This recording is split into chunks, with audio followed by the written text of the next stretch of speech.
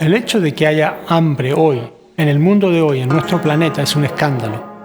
Y es un escándalo que ocurre en silencio. Ya nadie protesta por el hecho de que millones de seres humanos se mueran cada año por falta de recursos y de alimentación.